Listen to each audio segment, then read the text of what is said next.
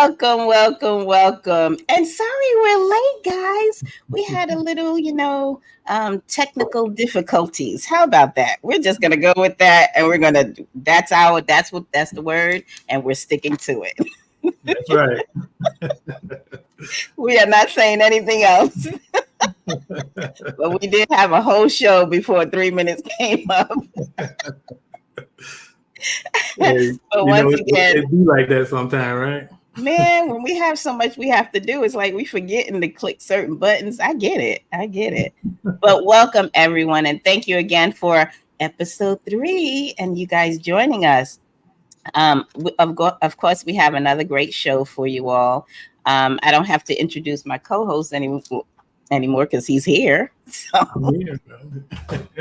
he's here. So it's like we do what it do. But we have 3 great women that we're going to interview, and I'm excited about them because one, it's a woman's show. I like to say it's ladies' night. So we have a bunch of women, and Gerald has the pleasure of interviewing them all. So it's going to be another fun show. And we have Buff Patterson without, positive media moment. We have that as well. And that's usually normally our routine with the show. So Gerald, do you want to go ahead? Well, you know what? Before that, let's do our happy birthdays. That's right. Because we had a whole bunch of August babies. That we want to acknowledge and say happy birthday to. So Gerald, you say the names and I hold my sign. Well, in the staff of the August of the Lyfe magazine, we seem to have a lot of Leos around here. Woo, them Leos. When this Leo season, they are on it. If you don't acknowledge a Leo, they mad. Yeah, exactly. So we had 3 of them this month. So first one was Renata McKay Smith. Yes, Renata. And then we had Buff Patterson because of media moments, man. And then last but certainly not least, we had Lala Hadia Castro. Yes. August birthday for the Lyfe magazine. Yes. So happy birthday to all of those fabulous ladies. And, I know you're getting younger and younger because they say black don't crack, and I believe it. So, but they're beautiful women, and happy birthday. Happy birthday. Yeah. So, again, before we go to our first guest, we're going to shoot over to Buff, correct? Correct. And we're going to have a Buff media moment with Buff Patterson. Here you go. Buff could not be with us live tonight, but that part too. That's loyalty and dedication. She sent a video. So here's Buff Patterson with the Positive Media Moment. Today's Positive Life Media Moment is brought to you from Los Angeles. And today I'm so excited because it's all about the girlies. We have an LA native, Karis Rogers. Now at 11 years old, she was the first person to be featured at New York Fashion Week for her clothing brand. And she wrote a book, Shine Bright. Her brand is My Melanin is Poppin' because she was bullied in school, and her brand is to have every child love their skin they're in. Now, she's an actress, a singer, and a dancer. And right now, you can find her on Instagram, and she has over 301,000 followers. She's been featured in Teen Vogue, and she lets you know you're never too young to have your dreams come true. Karis Rogers, check her out.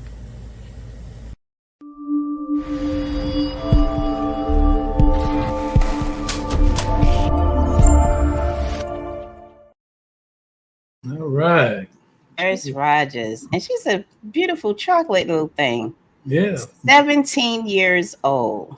Her melanin is popping. She's writing books at 17. Yeah, 300K followers on Instagram.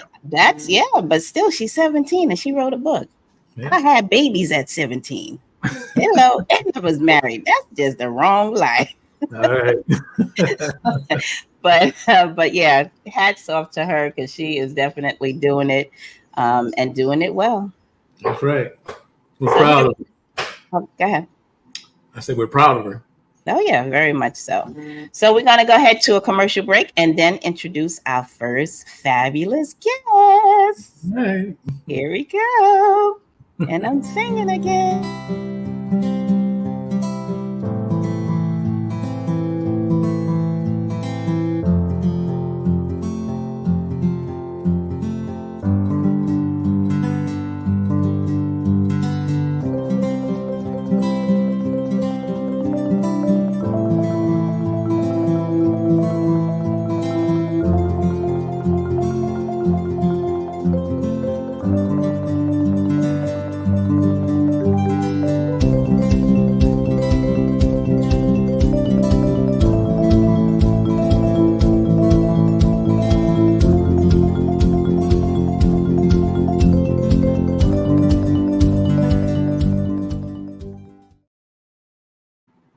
All right, y'all got to make sure y'all get that summer issue. Still some left.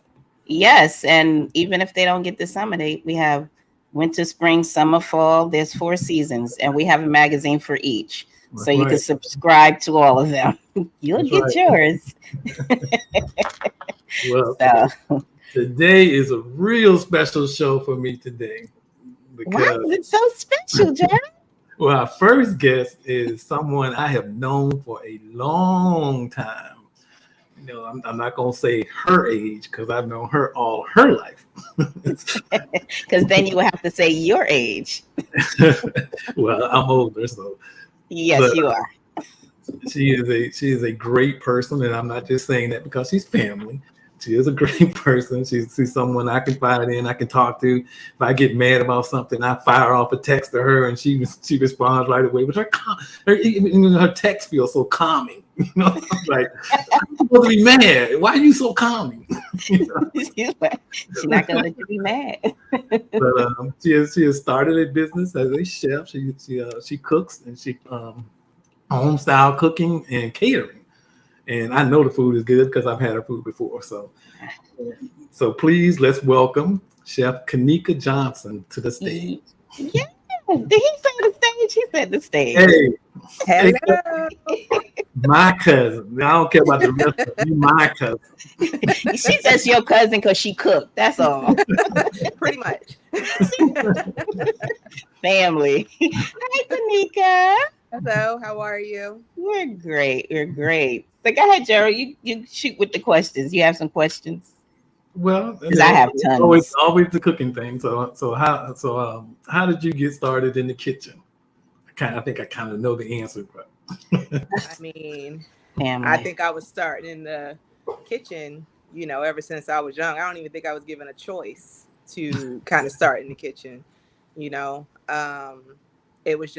It was what my mom did. Like, we used to have all these get-togethers and stuff, and it wasn't, do you want to help? It was just kind of like, come on, And a lot of the reason why I cook the way that I cook now is because of how I grew up learning how to cook, and that's why I really don't cook by recipe, because I was just kind of taught to just do it, and so that's what I do. And so, if you look at the way my business is shaped now, it's shaped a lot from those get-togethers, and I was just kind of learned cooking is love, and that's kind of the way that I show my love. And when I'm cooking for my clients, like, that's what I'm doing. It's kind of like they coming over, to my house and I'm cooking for them, So it's just crazy how learning that way has just kind of shaped the way that it has in the future.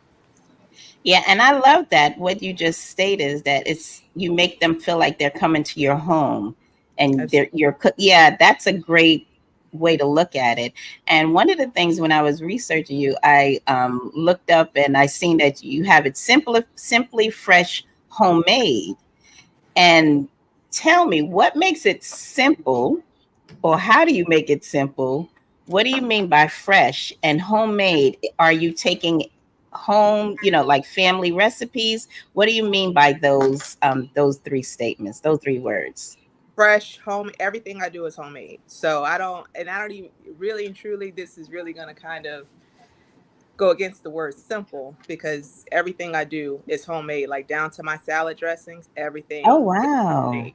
I really try to use very little processed foods when I'm cooking for people. It is homemade. Everything is 100% with me. I Again, when people come to me, I like to make sure that they're happy, that they're fed, and that they're getting basically what they're paying me for. I So love that. I like people to know, when you're coming to me, you're not going to get a lot of, cheap, food. You're going to get what you pay me for. I Right. want everybody to be happy. I want you like you come into my house. I want you Happy and full. There you go. That's how I So like it. one of the things that I've seen that you made, and I actually never heard of it, but it's peach cobbler cake. I've never heard that before. That's my number one requested item. Really? I can see that, because that would be so interesting. Right. That is good. I might have to take you up on that one. Absolutely. Gerald knows where to find me. Actually, you moved. So I'm at the refine. Oh, now he's going to put your business out there. See, family. She ain't want us to know all that, Gerald. I'm at to slip in there when she's cooking one day. But yeah, that peach cobbler pound cake, that's my number one requested item. So Kanika, although that's your favorite one, do you have a favorite dish that you just enjoy cooking because it brings back such great memories? Or is it something that you just enjoy making it? Is there a dish? I would have to say, really and truly, it's not a specific dish that I like to make. I would say more so I like the creativity of the things that I don't know how to make, and I kind of like taking something and being able to put my own spin on it, So I'd say that that's kind of, what makes me the happiest is stepping into territory that's unknown for me. And being creative with the dishes. Right. And that's something, because we've interviewed quite a few chefs, and I think that's one thing that I've noticed that many of you all say is that creative aspect. So so I think that's interesting, and that keeps it fun, I think, and keeps it alive. Absolutely. Yeah. So if you don't mind me asking, do you have like nieces and nephews, or children that you help learn cooking and how to make cooking fun? Well, right now I have my niece who is starting to help me out. Her name is Shatar. She's a big help to me. And I just actually came off a private chef event where she was able to come out and help me out. And it was really good being able to watch her, because I'm kind of a control freak. So, it was very good to be able to kind of delegate to her and kind of watch her take off on her own. I try to teach my girls, but they're running away from me right now. So. They're like, no, mama, we like you to do all the cooking. Right, exactly. Well, at least you're getting the support. I mean, hey, I do. That's good. I think Gerald, the holidays is my busiest time, and they tend to run. I got to kind of draw them back in a little bit. I bet. Children, I tell you. So what made you go from the kitchen to taking this to a business and catering company and all that thing? What motivated you to do that? I think food has always kind of been around me, and I think the notion was what people used to always tell me. They just kind of be like, you should start a restaurant. But that, for me, that never really fit. And then coronavirus kind of hit. And what ended up happening was I kept going into work. I never stopped going into work. And at the time, I was really, really worried. I didn't really understand or really know anything about coronavirus. I was really worried about what it was that I was bringing home to my kids and my family because I was still out. And I just didn't know. And so I was really just kind of looking for something to kind of keep my mind busy. And so I just started cooking, and I just started kind of posting. I was already cooking, but I just started posting pictures of the stuff that I was doing. Okay. And so, when I kind of started posting the pictures, I was just kind of watching the comments and, the reactions that I was getting. And so I just kind of took it one step, and then one day I was just kind of like, okay, I'm gonna sell plates. And that's what I did. Wow. And so when I did that, I want to say, I think it was 4th of July weekend, or maybe it was Father's Day weekend or something like that. it just kind of took off, and so I think even I was surprised at how fast it took off, but I was just selling out. And Yeah, so people were hungry. They got hungry during COVID. Yeah, they did. Yeah, I wish I was down there. Shoot, sell them dishes. They were hungry. Shoot, I get it. But I think that is so awesome. And it's like, to me, that's what entrepreneurship is. It's like you see a problem and you solve it. Yep. So and I think that's so like intriguing and just, I mean, it takes a certain type of skill to actually tap into that entity. So I commend you on that. I really do. Thank you. So if someone was to say, okay, Kanika, you can cook. Was this something you always wanted to do, or did you have like a different profession that you were kind of like, boy, like me, I wanted to be a singer, but it just didn't quite work out?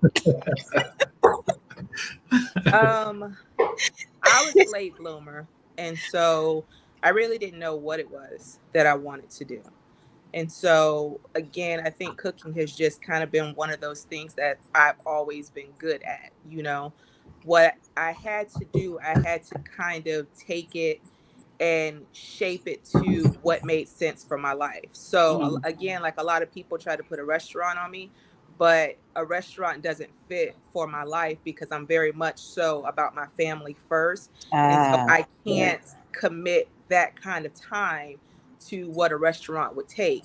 So I really just had to kind of take it and make it into something that made sense for me. And kind of when I started the catering and, the private chef thing, that made sense to me. And I was able to kind of get it that way. And so another thing that I'm doing, I'm really starting to move my social media accounts as well. And I'm really starting to branch out in the videos and kind of showing people what I do. So and that all of that just kind of makes sense for me right now. That's where I'm at. And that's what works for you, right? Good and for you. Good for you. A mom and still be over the business too. I think that's smart because not many of us do that. So that's actually brilliant. I like that. You was gonna say something, Gerald? No, I was just saying what. So that is the future for you then. So you're trying to move to just do cooking and catering. That's my right now. I'm an Aquarius, so I'm always working on something. I'm always, got something that I'm getting ready to step into. But right now, I'm trying to focus and, get through this and stay committed to this for right now. There you go. Okay. Right. That's a good plan too. Nothing wrong with that. So we have a question from a viewer. It says, are there any challenges to being a Black female restaurant owner? In your case, a caterer.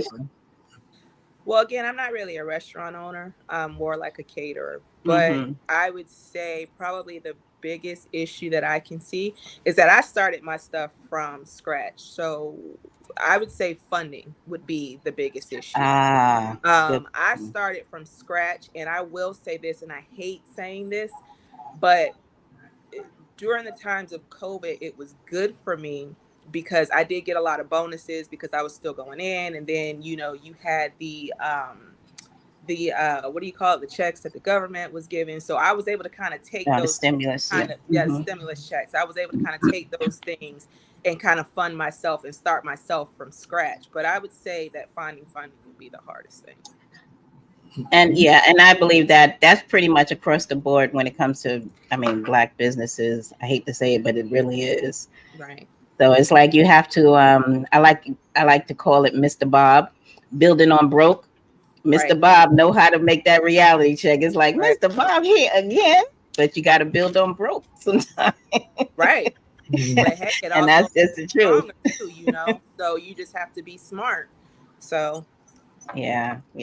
And be realistic. So, and you're definitely doing that. So if there's an entrepreneur or someone out there that maybe want to get into like the cooking industry or restaurant or catering, like what would be one of the biggest recommendations you would give them, or advice, I should say? Research your market and research your pricing. Don't just go out and just take other people's pricing. Like really understand how to price your items. That's one of the biggest things that I see people do. They just go out and they just take somebody else's pricing. Well, somebody else's pricing, if we make the same dish, we may not make it the same way. You know, the stuff that I put in my stuff may be more expensive than what somebody else does, you know, and you're taking their pricing and you could be taking a hit. So that's the biggest mistake I see people making, is that they don't know how to price their items. That's good advice right there. Yeah, that seems to be the conversation of the week.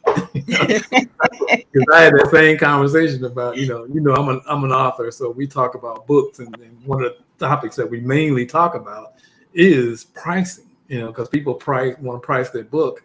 For example, if you have a 400-page book and it's priced at $20, which is virtually right if you look at the market. But then you have a 25-page, what I call a pamphlet. It's supposed to be a journal or something, and they want to charge $20 for that same thing. Right. People aren't going to pay that. That's true. Yeah. And Amazon readers have gotten wise to look at the page count before they make a. Oh wow! Well, look at there. This is feedback. This is feedback that I get from people, and then I pass that same information on to people, potential authors, with pricing their book, and they don't want to listen to that. They're gonna price it any way they want to, and then they wonder why they don't have any sales on Amazon. Right. Wow. Pricing, so that's a big, it seems like no matter what the industry is, pricing is always going to be an issue. Yep. That makes sense though, Kanika. So you hit that on the head. That's a good one though. What about vegan and vegetarian meals? You do those as well? I'm working on it. Okay, I know this vegan thing is like a big deal these days. It is. I'm sorry, I need some meat, so I ain't gonna. Don't worry about me. I ain't coming for it. I will say this. I need some chicken. I will say this. The past couple years, for me, it's actually started being a challenge because how I cook, because I actually eat totally different from the things that I cook.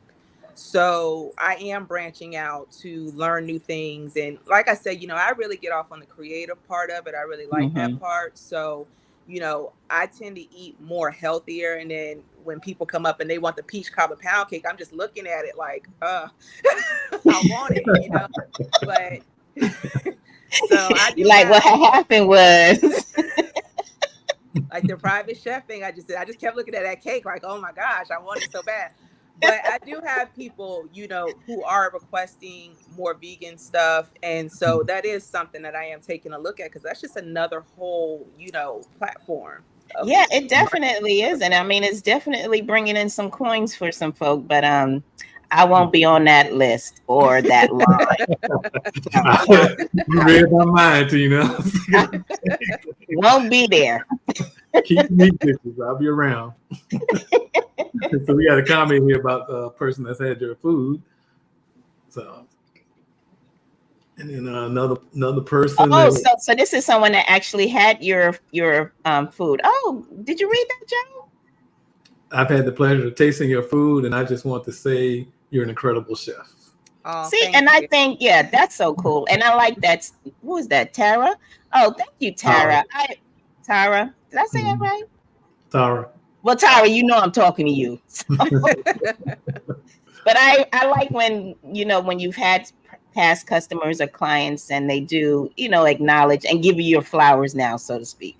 So I do not play about my customers. I take my customers so serious, and I'm really big on customer service too. And that's another thing that I kind of noticed with different businesses is, you have people who charge deposits and then they don't come through for the things that they're charging, or, they'll come and they'll charge you for something, and then what you get doesn't really feel like it's worth the money that you pay. Like, I don't ever want anybody to feel shorted when they come to me, and I take my customers really serious. And, when I get those reviews, like, I do not pressure anybody. I, ask for real feedback, because I really always strive to get better.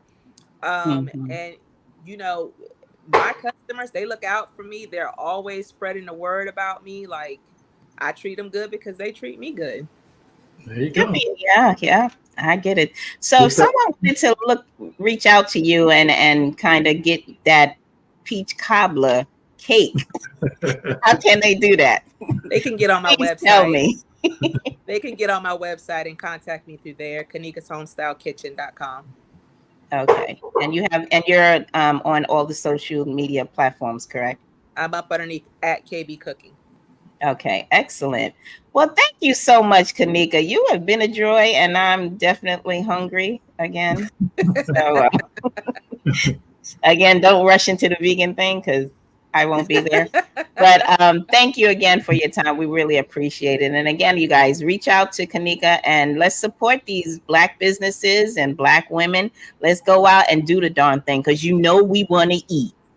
I guess we should have told people that she's actually in Tampa, Florida. So I am in Tampa. Well, what's your address? Where I need to come? I am in Tampa, but I do travel.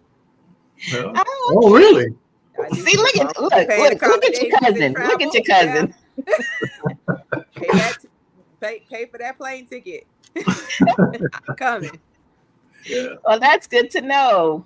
Thank you, though, Kanika. I really appreciate it. So, again, you guys go out and support her and do everything you can to make sure, she's successful. Because if you make one successful, you're automatically going to be successful. So, support. All right. Thanks, guys, for having me. All right. Thank you. You're welcome. Bye-bye. So, let's go to a quick commercial break, and we'll be right back. You talk about being hungry. I know, right?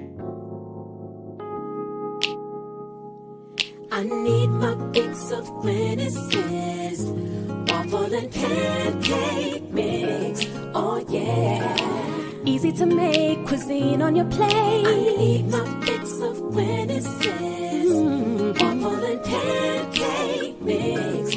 Oh yeah, fluffy and light, you love every bite. I need my fix of when it says waffle and pancake mix. Oh yeah, easy to make cuisine on your plate. I need my fix of when it says waffle and pancake mix. Oh yeah. All right, that music. Yes, that made me hungry. Get Kanika back on here. Yeah, because playing too much. that was a good transition. The food and the music, and now we're getting ready to really hear some music from Kalonda Kay. She's from St. Louis. So that was cute to you. Yeah. We can see from St. Louis. So St. Louis gonna be in the house, y'all. First she gonna drop this song on for us. So it's called Too Soon. I think we got a real kick out of this song yesterday when we was practicing the show. Oh yes. I actually was. Yeah, I'll tell her about it when she's on. Well, I'm gonna say, fathers, if you got daughters out there, you need to make sure they got this song in their playlist. And before we get to that, Gerald, don't we need to do our shout outs? Oh, I sure. Oh, look at you. Keep me in line, okay? He had a senior moment, guys. I'm ready to hear this song. That's why.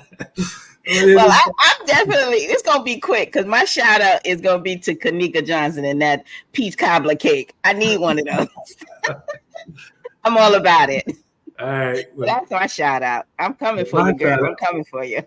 My shout out is to an individual who has been a great force in my life over the last 5 years, 10 years, Shelton McCarr. When you got a brother in your corner that's always there, you got to appreciate that. And he's always there. And it's not just for me, it's for other people I see around. Every time something goes down, Shelton is like one of the first ones there. So Shelton McCarr, I got to point out that he brought food to all of my actors and stuff when we was filming the movie. Wow. That's awesome. Tried to pay him, wouldn't take any money from him. So Shelton McCarr is my shout out. So that's good. And I think it's important. We need to give those flowers out now because none of us are promised tomorrow. That is right. But once again, I need to, because I almost forgot, but I need everyone that's watching and listening to do what, Gerald? Share. Yes. And what else they need to do, Gerald? Like. Yes. And what else? Subscribe. Yes. All right. Good job. All right. Let's get on that. Kalonda Kay live. Kalonda, let's go. You can come over. For a little while, just a little while. 'cause your energy is so bad. I love your smile. We've been vibing for a while now, baby. I can see what's on your mind, and I know you wanna feel my body. Let's just take a little time. You wanna get closer, but it's too soon for me to get it out. Oh, babe, I love it when you take time to come over, but it's too soon for me to get it out. I've been thinking about you all night, 'cause you made something come alive, and when I touch you, you get so high. We about to lose control. Stop it right here. I don't wanna lead you on, 'cause we ain't there, but I want to. We've been vibing for a while now, baby. I can see what's on your mind, and I know you wanna feel my body. But let's just take a little time. Oh, you wanna get closer, but it's too soon for me to get it out. Oh, babe, I love it when you take time to come over, but it's too soon for me to get it out. Oh, baby, ooh, I wanna get closer. Oh, yeah, but it's too soon for me to get it out. Oh, baby, I love it when you take time to come over, but it's too soon for me. Too soon, too soon, too soon, too soon. All right. Yes, Kalonda Kay. I love it. Yes, I know you All want right. I got the microphone. Okay. Let Kalonda handle that. I'm about to do it, girl. I was ready to be the backup singer. Come on now. Come on. I need the help. Yeah, that's an awesome song. Yeah. That is excellent. I love that. That is so. So, what made you get into singing? Like, why sing? Well, actually, I sing and I dance and I act, but it's hard to choose. But I have always been into entertainment and art. So I started as a young girl singing opera, and then I, just used to dance at night events with my aunt, and she would get us gigs at 7 and 8 years old as dancers. Wow. And so entertainment is in my blood. I grew up in it, and I am dabbling in all areas of entertainment. I just love it. It is who I am. And it's funny you said that, because I seen you slip it in there, because I read that you can sing opera. Hold up, stop the press. Yeah. You read that in the Changemakers edition of our magazine. Well, why you gotta see? I be trying to be creative, and he always want to tell my business. Oh my God! Yeah, that's so awesome. Yes, it's been years. That's where I started. I was kind of thrown into it. When mom said you do something, you do it, and so she signed me on up. And so, but I actually enjoyed it. It gained me multiple opportunities through my high school career. Even in middle school, I can recall doing major shows and things like that and winning competitions. And so it has been a great experience. I'm glad she forced me into Yes. Because it's like, I don't know. I mean, I don't know many Black people that can sing opera. They may try. But I think that's so cool, And I also seen that you was in a Nutcracker. You did something, like, tell us more about that. What was that?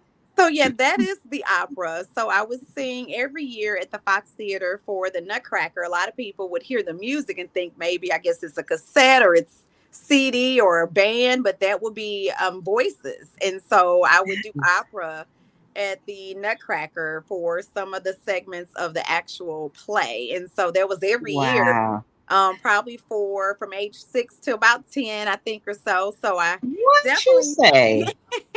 I had that experience, and that was with the Gospel Music Workshop of America. So I was enjoying that. It was new for me, but it was, I wouldn't change it for the world to be able to have the opportunity that young, and such a great Yes. play that is so famous, I believe, worldwide. I Mm-hmm. don't know, but I enjoyed that early on. Oh, yes, that yeah, you're saying you started so young, so I think that's so cool. So, like you said, it's just in your blood, it's just in your system. So now because nowadays I think everybody wants to sing, wants to rap or anything like that. Like, how do you stay motivated and on your path? Like, how do you stay true to you in the singing entertainment industry overall? Wow, that's a great question. For me, I really don't share my story a lot, but I have been signed before with a major record label, and Okay. I had an opportunity to work with a lot of major individuals, such as Barry Hankerson, Static Major, right with him in the studio, hand in hand. A lot of different experience I've had, but normally sometimes when you first get in, you don't really know. You kind of conform to what is set Mm-hmm. for you or how they think you should be. And this time around, after I was able to move into independent artistry, I enjoy doing what makes me feel good. And so my music, I wanted it to be something my mom could listen to any day. And to where it's not disrespectful, or it's not Mm-hmm. daunting, and it's more uplifting and happy, and it reminds me of the times when I grew up. So I wanted to do it my way, and so for me, that is what is encouraging me, just to say that I did it and I did what I wanted to do, how I wanted to do it. Yeah, uh, I think yeah, because you have to have a strong character and personality, and just the overall focus to yeah. really just truly stay true to who you are. Yeah, Yeah. definitely. Because I would always get this question. I will recall, like, every time I meet with someone, they say, "Well, who do you sound like?" And I'm like, "Me?" You're like, I, yeah, I would Kalonda. tell her me. I don't, So I've always found that to be funny, but that really shows you the expectation that people probably have on you because of how the industry might be formed, or just what Mhm. people think that it should go accordingly. And I've always been the one that will do what I choose to do. Even growing up, my mom say she gonna do what she want to do. um, Leave her alone. Leave her alone. She gonna do what she is. So I've always been that person to prove to myself that I can do it, and it's only about me. It's not about anyone else, But I do feel good when I hear that people are uplifted through my music, or through when I do my live shows and things like that, because I'm very personable. Mhm. I enjoy that. So it takes Mhm. a lot of dedication to yourself and to your goals that you have set for yourself, to the mission, why you're doing it. That is always important. And it's a constant reminder, because it's not easy, but it should be peaceful and it should be fun. Right. Right, right. So we got a question for you from a viewer. She said, "What made you change from opera to what you sing now?" Well, opera, oh my goodness, it was an experience. Like I said, I was put into opera, so it wasn't by choice. Oh, and um, she emphasized put in. it wasn't my choice. I am grateful for that push, though. However, when I got to experience other music, I am a gospel child too. I grew up in church as well. So, for me, I just wanted to explore all realms of music. Like I said, I've done it all. I've dabbled in Mhm. theater, and that's a whole different ball game as well. So I definitely wanted to explore it. It wouldn't be that I wouldn't ever go back to it, but I haven't done it in so long in opera that, I would definitely have to be refreshed. Um, you know, on breathing Me too, technique. girl. Me too. Oh my God, yeah. So what would you classify your music now as? What genre? Oh my goodness, it's more of like an R&B pop. I have a lot more coming, and it definitely reminds you of a lot of Whitney Houston back in the day. It's Mhm. Motown feel. A lot of my music that I'm getting ready to put out on the EP as well, it just gives you a variety. So it's really R&B pop when you think about it, but strictly R&B is what I love mostly. So I feel you could feel that a little bit more. I don't know. Yeah, because I was like, closer, closer, too soon, too soon. You got to be a little shy, too soon. Exactly. So you play any instruments? I do not. I tell my band I'm in now, they can give me one of those triangles and I can hit that. That's probably the Or most. cowbell. That's the most I have. Okay. I always wanted to play the piano, though. I did take lessons, but I couldn't stick with it as a kid. And my mom thinks it's so funny because my teacher smelled like mothballs. And as a kid, it like, I couldn't take it. I was just like, Mom, I don't want to go back. But I've always wanted to play the keys. So definitely. Oh, okay. Well, it's never too late. Let's Never say that. Yep. Never too late. Yeah, you got that right. My son plays, so he would have to teach me. Oh, well, that's good. Well, at least it trickled down. The desire has trickled down to someone that's actually doing it. So. Yeah. So I know you said you dance and I think you said act at one time. You're actress too. So what made you stray away from those things and just started singing? I am still doing them all, actually. You are still doing them all, okay? Yeah, I'm still doing them all. Like I said, I like to keep my options open. If it's the right thing for me, I will do it. I love each one. A lot of people ask, which one would you pick? I can't pick, I've enjoyed acting. My experiences have been amazing. I've enjoyed dance, and so I incorporate that in a lot of my shows, depending on what type of show or the type of establishment that I would have my show in. So I still dance every now and then, and so I don't choose. I still do them all. It just depends on what is upcoming. Right. Nothing wrong with that. Multitask. Women can do it better. Any shows that you're playing outside of St. Louis? Yes, I have been looking into a few possibilities. I've had a lot of individuals reach out that have event spaces in other cities, and I just have to make sure it's right because I come with a whole band, and so I'm excited about the opportunities that are coming up for travel. But I really am interesting as an artist. I love staying in small venues and staying connected. I like to talk to my audience. I like to play with my audience. I am one of those individuals. So to me, I enjoy traveling, but I enjoy the support and just making sure that I am tackling those supporters as much as I can, before expanding. So people probably say, that's weird. I would think you want to be on a stage for the thousands of people. I'm like, I'm not opposed to it. Right. But I love my supporters. I like to know who they are. I like to talk to them. I like to check in.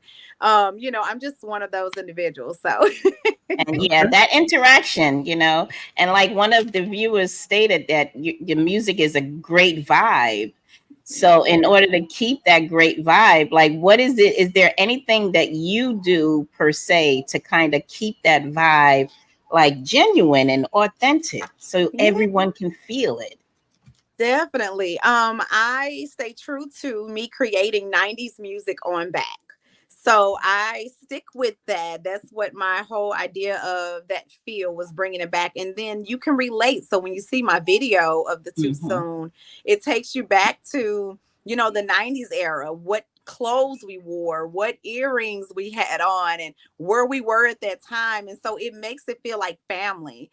In a sense, we were closer, we hung out more, it was safer. So those type of things remind you of that feeling, when you hear it in the vibe, and people like it's more of that type of vibe. So I want to remain true to that so that people can always feel me through my music, or reminds them of something that is so fun and personable during that time that we all can relate to. So that is my goal.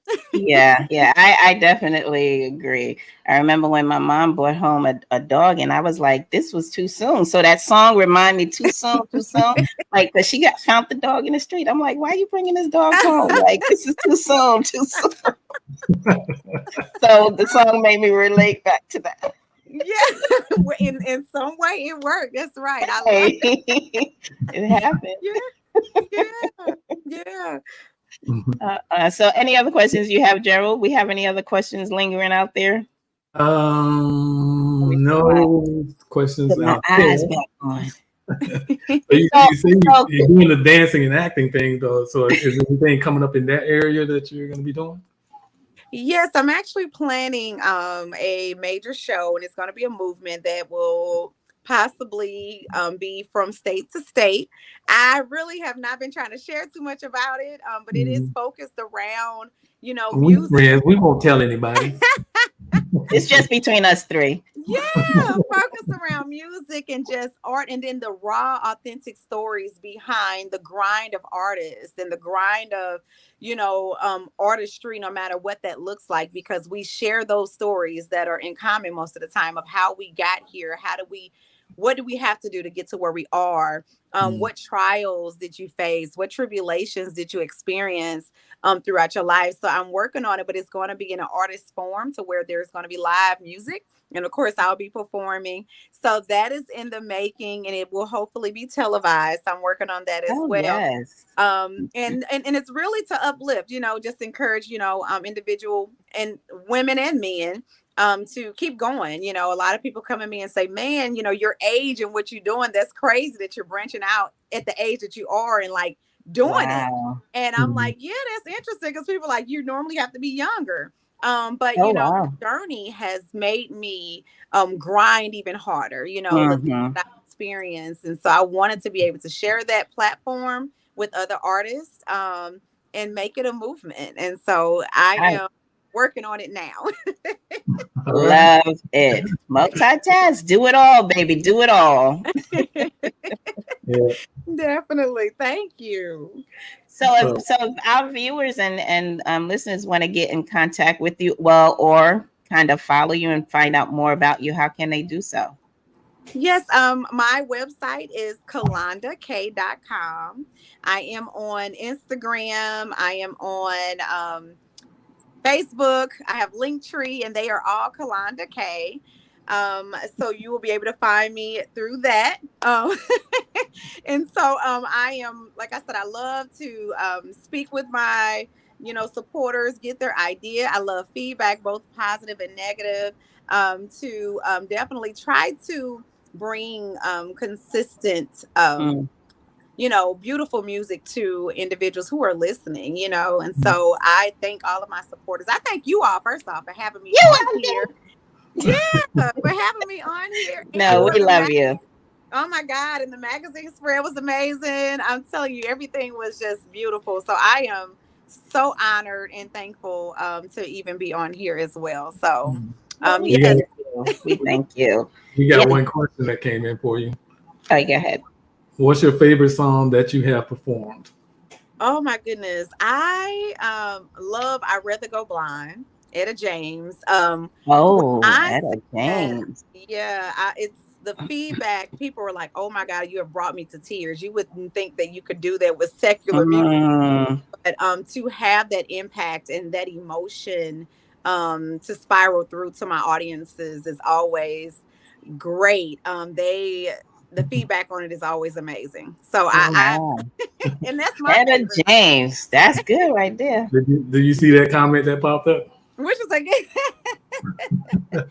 something told me it was over. Yeah. I'll take it. I'll take it. I do have my YouTube channel as well, and you can see me actually performing at Live at the City Winery. I believe that's posted on there. I just had a show there in June, and so I post a lot of that on my YouTube channel, which is Kalonda Kay. So you'll see a lot of my performances on there as well. in my music and my videos. So no, thank you. I love it. Absolutely love it. I want to show you something real quick. Uh-oh. Can you see that? I see. Yeah, let's do something. Recently added. You see that, right? Yeah. Okay. Yeah, because it's definitely, I like that song. I always like to support. So your music is good. I really like supporting you. It was an honor having you on the cover and then having you here with us tonight. So we appreciate you. Thank you. That means a lot. I love it, and I love what you all are doing. And congratulations again on this beautiful platform, this show. And so I'm going to keep watching and supporting CLs. Thank you. We need the support. Yeah. We appreciate it. We definitely do. So thank you again. Thank you. All right. And help us do better. Yeah, amazing. Okay. Bye-bye. All righty, Kalonda. Thank you, darling. She is awesome. I like her. I like that song too. I'm gonna be playing that tonight. And my husband gonna be like, could you turn that off now? I'll be like, wait, this is my song. This is my line. This is my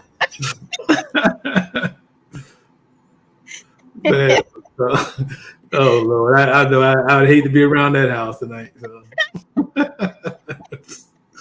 I'm gonna hit those notes. You watch. So I guess we got a commercial next.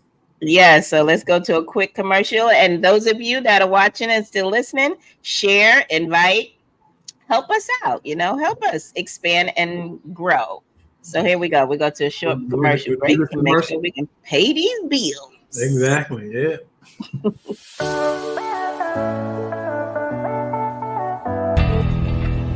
Human trafficking has been going on for a very long time.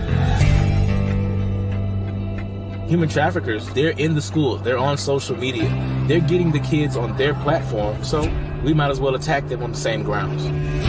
Truly, if people knew the power of knowing their rights, they would know what to defend. That is the purpose. That's our goal.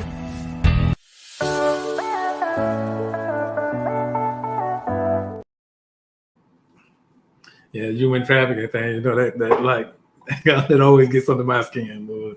But thanks for Christopher King and people like him that are doing something about that problem. Another one that we need to get rid of in this world. We don't need that anymore. Whew. Yeah, and I think I told you about the that movie, Sound of Freedom. It's about human trafficking that's out. It's actually pretty good. There's another movie that's going to be up here about human trafficking. Human trafficking must stop. So yes, we'll it's definitely. It's definitely something that we need to stay aware of. And those of you that don't know, but I'm the vice president of the organization, and we're having a big gala in January, and we just raise funds for, to keep doing what we do and to bring that awareness to Florida, because we're number 3, so, and I have young granddaughters and grandsons. So we got to keep that awareness from forefront. So now we're going to our poetry corner.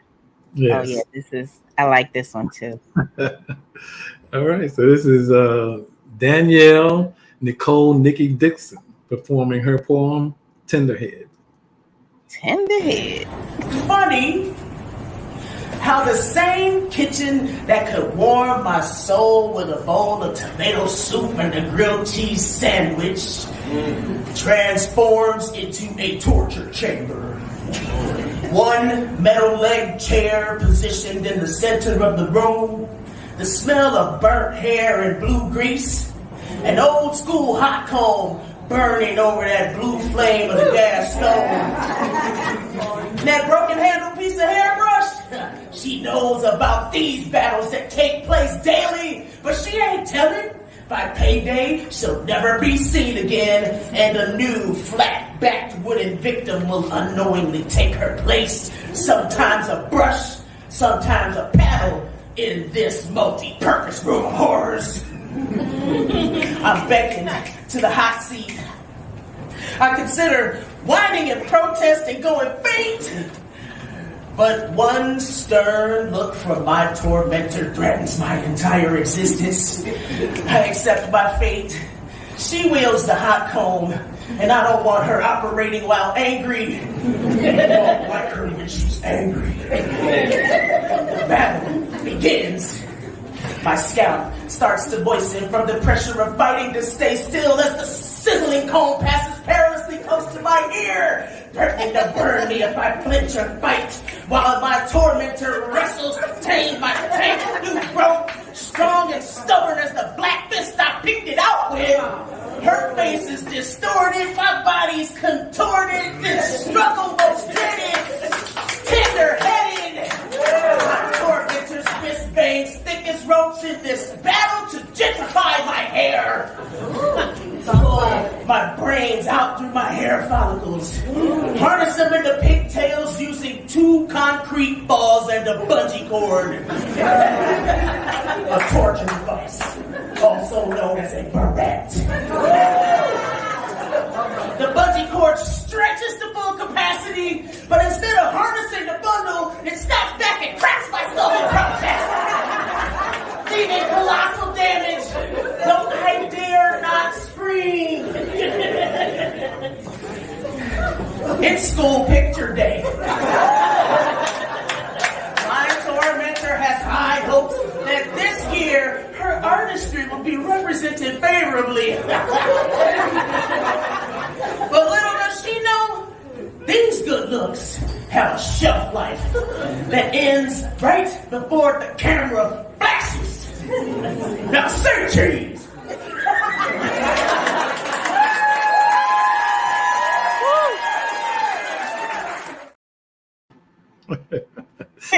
I love that. So say cheese. And that blue magic, oh my gosh, I think we all know about that grease. That what is it? Yep, and the crown, royal crown grease. Yeah. Oh my goodness. And the blue magic came in blue and green. My mom used to do our hair. I remember that stuff. Oh my goodness, that was hilarious. Yeah. So we got a commercial coming up, and then on the other side of the commercial, I've been waiting to talk to this young lady. Oh man, me too. She was inducted into the Hall of Fame last year. 13 times. 13 times a women's world champion. So y'all stick around for this commercial, and then when we come back, we will be talking to Tori Nelson. 13. What? Who's I find the commercial? Have you always dreamed of writing a book, but you're not sure where to start? Or maybe you've already written a book, but you don't know how to get it published? Don't worry, you're not alone. Self-publishing can be daunting, but it doesn't have to be. That's where Lyfe Publishing comes in. We're a full-service self-publishing company that can help you every step of the way, from formatting to distribution. We can even point you in the right direction for editing and marketing your book. With Lyfe Publishing, you can finally share your story with the world. We'll work with you to create a book that you're proud of, and we'll help you get it in front of readers. So what are you waiting for? Start your self-publishing journey today with Lyfe Publishing. Visit our website or give us a call to learn more. Hey, look who's in the house. The 13th. Yes, look at her. Hey, Tori. Oh my goodness. Amazing. Amazing. I just want a moment of silence, and just everyone take that in. That is beautiful. Thank you. Congratulations on being inducted into the Hall of Fame last year. Yes. So love God all day, but thank you. Yes, this is good to see you again. Good to talk to you again, and it's been over a year since we had. Yes, thank you, and I like to say thank you all for the magazine. Oh my gosh, I love it. You guys did a great job. Yeah, well, you great to have you. Thank you. Yeah. So, what's been happening in the last 18 months since we talked? I know you wouldn't. You were inducted into the Hall of Fame. But yes, that's huge. Yes, I've been busy. You know, my PR Desiree Vincent is awesome. Whoop, whoop, let's go. Like Winning Wednesday. Is that what we call it? Winning Wednesday. Winning Wednesday. Yes. She's kept me busy. I've been doing speaking. Like I have another engagement coming up in September. Like, I mean, it's just been so crazy. I've made appearances, you know. I just been enjoying life. That's it. And you've been cheesing the whole time. Oh my gosh, Tina, you are so funny. Yeah. I see you in the background cracking up. I had to turn my mic off because I didn't want to laugh out loud. You are so funny. Oh my goodness, I'm done. That's my therapy, trust me. Oh, well, you do very well. You should have been a comedian. Oh, trust me, I am to my husband. He's like, he just look at me and shake his head like. That's what I do. I do the same. You do it too. I mean, I think everyone does it. So just shake your head. Just shake your head at me. It's fine. It is so funny. So Tori, when we talk, go ahead. Go ahead, Gerald. You told me your story. You didn't start boxing like as a teenager, or it came later on in life, right? So can you tell us about that? Well, let's say yes. I wasn't boxing as a teenager, but I was definitely fighting as a teenager. I didn't want to say that. I just wasn't getting paid, but let it be known, I was fighting. Okay. I didn't start boxing until 29. I think I was like 28, 29. Very late in the game. Oh my goodness! I made up for it. I really did. I tried. You know, when I get slapped, it's like you getting hit. Like I quit. I'm like, I'm done. Oh no, you will leave the ring. Yes, I'm the only girl and the baby of all boys, so that's why. Wow. Yeah. Absolutely amazing. And so they say you fight first and ask questions later. Sheesh, I'm running. I was on track, so I run. But okay. We should have been friends. I would have stuck up for you. I know you would have. You still can, because I have some bullies still out there, so I call you. Don't worry, I got you. But it had to be in the dark, okay? Because I can't get no charge. All right, I got you. So we have a question for you. So what made you decide to turn professional? My coach, he told me I had won Golden Gloves like 3 or 4 times. And so we went to the nationals. And then he said, T, like, you have to do something. Either let's be done with it, or you can just turn pro. And I said, okay, let's turn pro. I didn't even think about it because I love it. Like, I love fighting. What do you love about it? Please tell me. You know, I think what is it you love? It's the thrill. Like, I think it's just the thrill of to be hit. And I know I can beat you up and not go to jail. I don't have no court fees, no lawyer fees. Like, I love, and you gonna pay me for it? Good point. It's like, where do I sign? Yeah, exactly. All right, you made your point. I get it. I love it. Wow. Yeah. Not doing it. Not doing it. So you're not gonna be singing or fighting, huh? Oh, neither one. Trust me, I'm gonna be on this podcast when you finish fighting. So when you was going for that first fight, how did that feel? Was the adrenaline flowing inside of you? My first pro fight, yes, it was adrenaline and everything else. And I fought this female. I'm not gonna call names, but if you go to BoxRec, you will see. And a lot of her, she was number 1 in the United States, and a lot of her followers were racist. So we're walking to the ring. Now, I already have adrenaline. Like, this is my first pro fight. No headgear. It's like very different.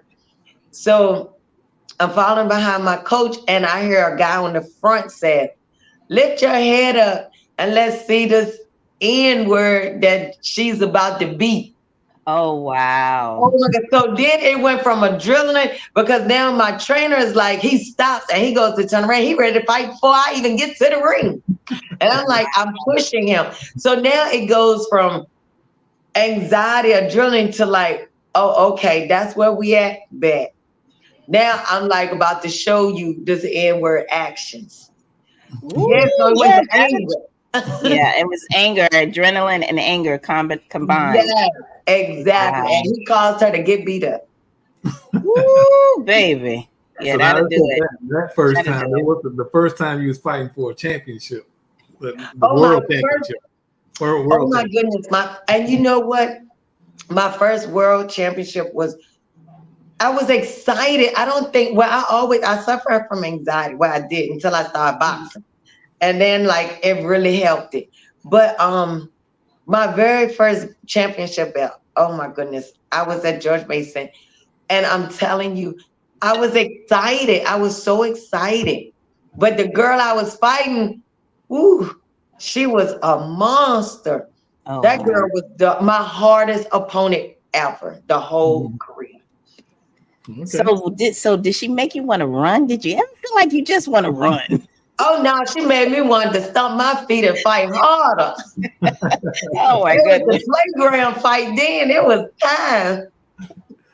So we got a question that's asking you who was your favorite boxer? Who was my favorite boxer of all times? Joe Frazier. I have a top 5. I got Joe Frazier, Ann Wolf, Mike Tyson, Andre Ward, and now my girl Clarissa Shields. Wow. Yeah. Yeah, I think I saw a picture with you with Mike Tyson. Oh yes. Yeah, we have a few.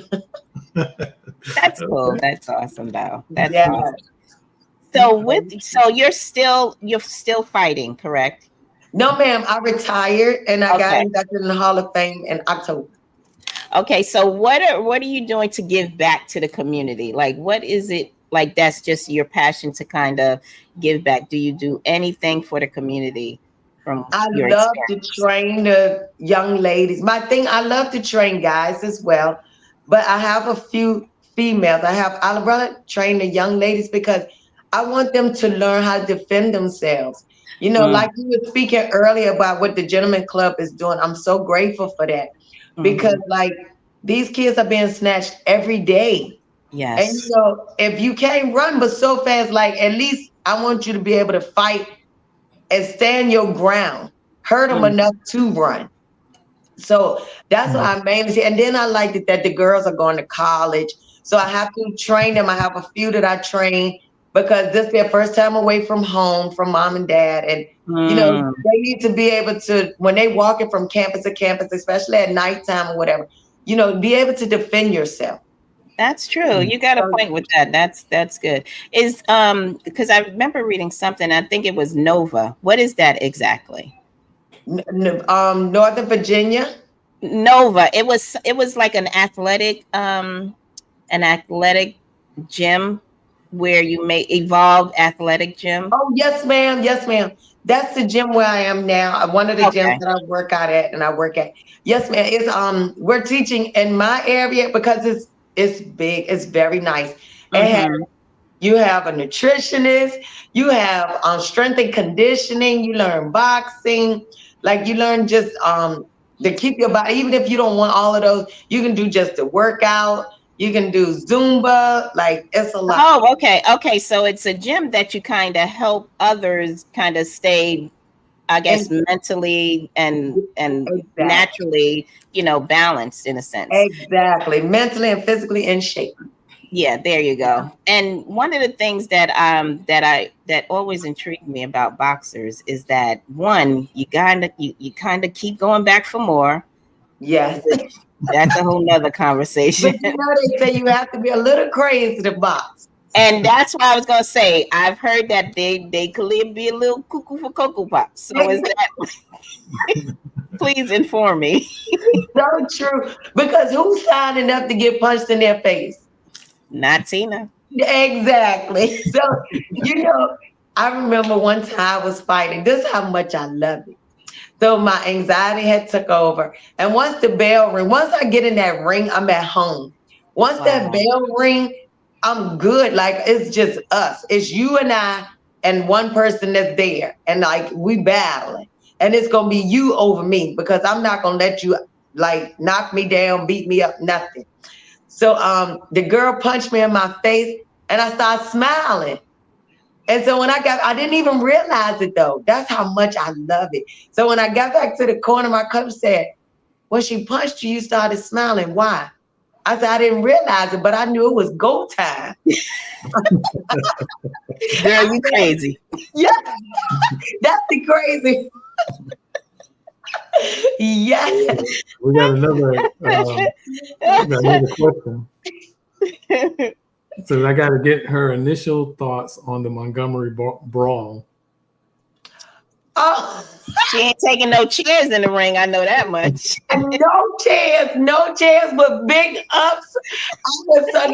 I said, Lord, you gotta forgive me because I don't suppose condone fighting, but I was so proud of us. I was so, you know what? Even the gentleman that swam across, well, he was like, oh no. What? He was on a mission. He was like, I'm going to get to the show. Mission. Kicked his shoes off and was in it. But you know what? I'm so proud of us. I am. And you know, they said it was going to be a GoFundMe page if they got locked up. I'm in it. Mm-hmm. I'm ready. Let me know where it's at because I'm donating. Like what in the world? I'm so proud of us. Yeah, if you don't stand for something, you fall for anything. Exactly. And it happens over and over and over again. And like they just get a slap on the hand or something, you know. So I'm proud of us. Yes, definitely. I'm with you on that one. Yeah. So we have another question. What made you decide to retire? Oh, I retired because I always told my children, like, let me know, you know, when we're done, when I'm not performing to the top of my notch, like, let me know. And so my last training camp, my grandmother had passed, but you can't mourn. Like, you have to keep going. The fight continues. The fight has to go on. So I wasn't mourning, but I didn't even realize that I wasn't performing to top notch. And so my children saw it, you know, and they was like, your feet slow. Oh, they worse than my coach. Really? They like, I guess because they said, lady, you making money to feed us, so you got to be on top. So they was like, they need to call Kanika. Yes, they exactly. Yes. No, so you know that's why I retired because my children said your training camp was trash. Like, oh wow, and they kept it 100 with me. You know, everybody else would say, "Oh, you doing good? Like this look good, good movement, whatever." But my kids can see the difference, and they was like, "That was trash." So no, we're done. Like we're done with this. So and they didn't want me to get hurt, so I was like, "Okay, fine." Yes. Wow, out of the mouth, babes. Exactly. Right. You still work out and stuff like you. I'm probably not to the level like you're gonna actually go into a fight, but are you still working out like hard? Yes, I actually do, but not to the level unless I got a photo shoot. Now, if I got a photo shoot, it's a fight coming in. Whenever that photo shoot is, that's fight time. Right. Okay. Yes, but I do. I still work out. I still train people, and I work out with some of my clients. So yes, I have to stay in shape. Okay. So what does it feel like to be in the Hall of Fame? Like, what does that like say? You know what? I did that. Like, yes. You like, know what? That. Yes. That's you know, huge. When I made my speech, I just could say like, I wanted to let my children know we made it. Yes. Like we made it. Right. They can look back and show their great. Like we in there for life. That's yes. And I told them it's not me. Like when I went in my whole career, it was the three of us, me and my two children. And I told them, you know, we're in this together. So for them to look back and say, look, I didn't say I made it. I said we made it because we really did. That's so commendable. I think thank that's you. Oh my God, it is such a blessing. That's that legacy. I always talk about that legacy. Yes, ma'am. And it's saying about you got to make a legacy. That's you have to forget about the currency. My part. Yes, I love it. So what would you tell young girls who would like to become a boxer? Don't do it. Oh, you're not talking to me. You're talking to Tori. Oh, okay. Yeah, we're talking to Tori. I would say, look, respect Miss Tina's answer, but go for it. Learn to fight so you can protect Miss Tina. Please, I need somebody. Oh, that's wrong, Tori. That's just wrong.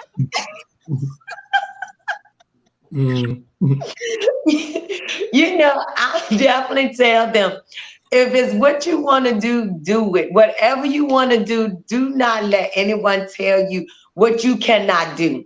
And just because they haven't seen it done does not mean it cannot be done. Like, do what you want. They don't know what God made you to do. So do your calling. Do it. Do it, please. And let me know, because I want to come support you. And I need the protection. Yes, and Miss Tina need the protection. And so, speaking of that, did somebody tell you that you couldn't do boxing, that you couldn't be a boxer? I'm saying, yes. Oh, yes. Well, only the ones that didn't really know me. Growing up, like my teachers, my principal, my mom, everybody in my school knew I could be a good boxer. Wow. But yeah, because I fought for it. But people that don't know me, yes, they was like, yeah, you can't. Like, you know, and you know what they tell me? You too nice. You smile all the time. But I didn't know I had to be angry to fight. I just had to be a little crazy. You got that down pat. Yeah, and I got that down pat.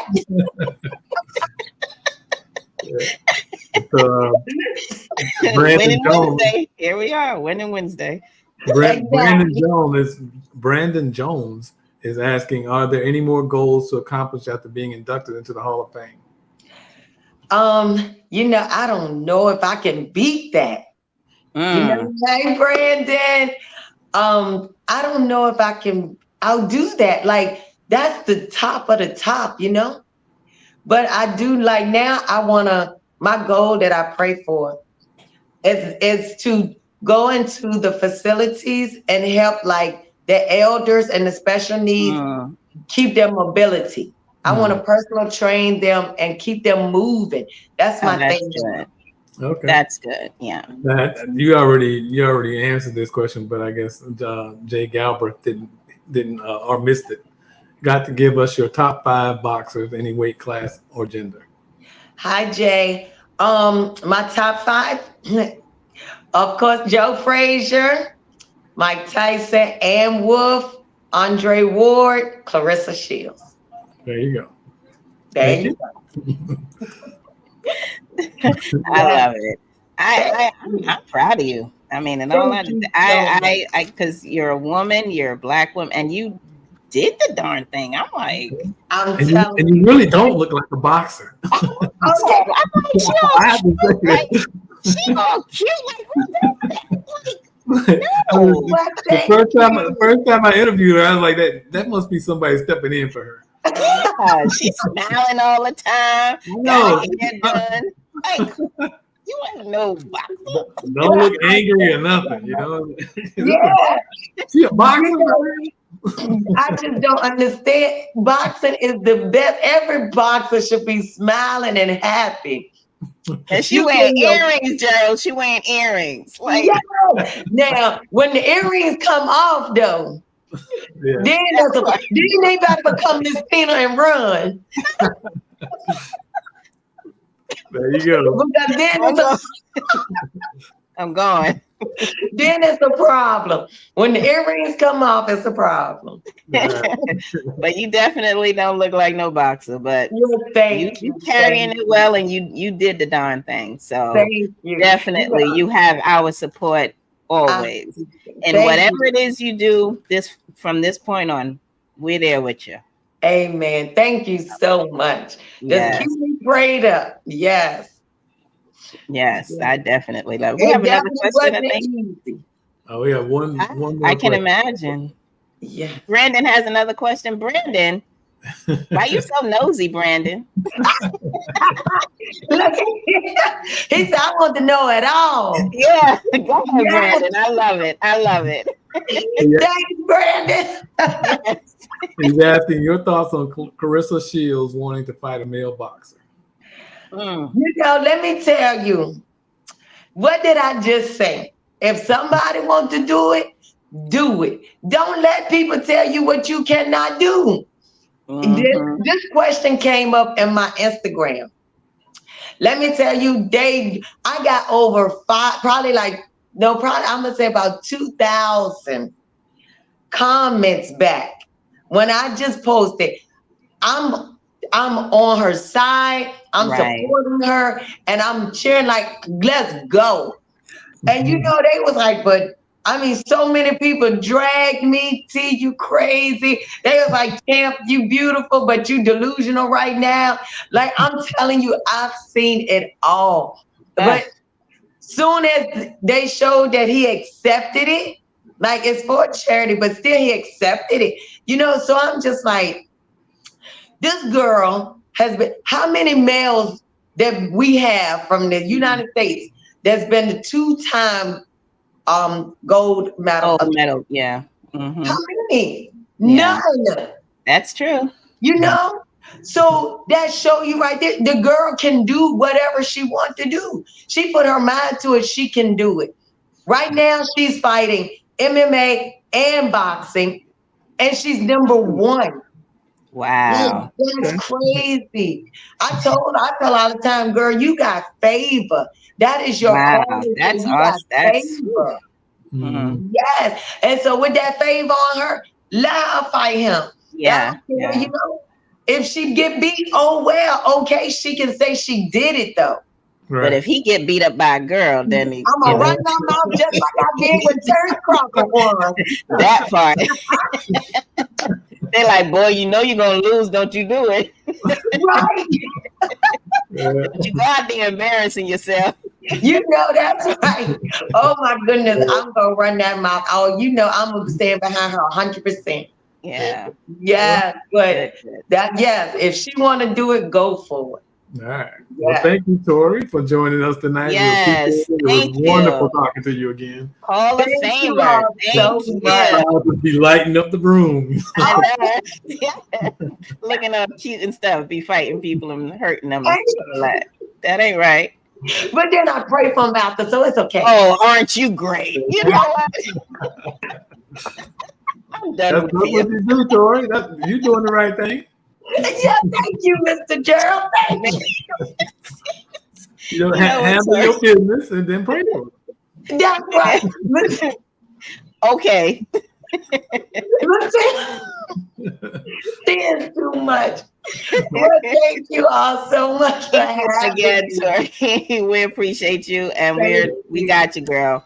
Okay, so I didn't know Tori was on the Women's History Month issue in 2022. Yes. So that issue is still out there, so you can go over there and pick that up. Yes, please do. And you hear more of her details of what she just talked about tonight. You read more of her details in that article. Yes. And if anybody want to book me for speaking, I'm blood like Miss Tina. So get me in there and let me tell them what you won't tell them. Because they know if you thinking you gonna tell it. Exactly. They can't beat me though, Miss Tina. So it's okay. I can say what I want. But exactly. But contact the email Desiree Benson is my PR at Desiree BBB. Desiree BBB at gmail.com. Yes. Awesome. And you're on all the social media platforms, correct? Yes, ma'am. On Facebook under Tori Nelson, and on and Instagram under Tori Show Now. What? You know what? See, This is why I can't mess with her. That's it. You see her name down there. She wrote Tori Nelson. Show I enough. know, right? That sounds like you want to fight, you know? Show enough, dude. Well, it was a movie where the guy used to call himself Show Enough. Yes, The Last Dragon, and you know it was a fight movie. The last. Oh my goodness. Show Enough. Show enough. Who's the baddest? Show enough. Yeah. Oh, I love it. I Yes. love you, Tori. I am so glad you came and you just like did it, and you did the thing, girl. You did. Thank you so much. Thank you. Just awesome, absolutely. And I love your personality. So it's like Thank you. Yeah. Well, it's me. I love it. Thank you. Thank you. Have a good evening and enjoy your evening. And again, congratulations on that Hall of Fame induction. Yes, Hall of Fame. Thank you. Yeah. You as well. Y'all have a blessed night, okay? Thank you. We'll be talking with you again. It's Winning Wednesday. Winning Wednesday. Yes. All righty. Bye. Winner chicken dinner. Yes. I love it. Oh, that was great. That was great. Oh my goodness. Oh my goodness. She got the biggest smile, but will knock your lights out. Like I know, right? She'll hurt you with a grin. Me and a couple of my friends was talking. It's like, I don't know if I could date a woman boxer, man. She's mad to knock you out. Because he gonna get hurt. How you gonna hang around your boys and your wife knock you out? That ain't cute. That ain't cute. Wait, how is it too soon? Too soon.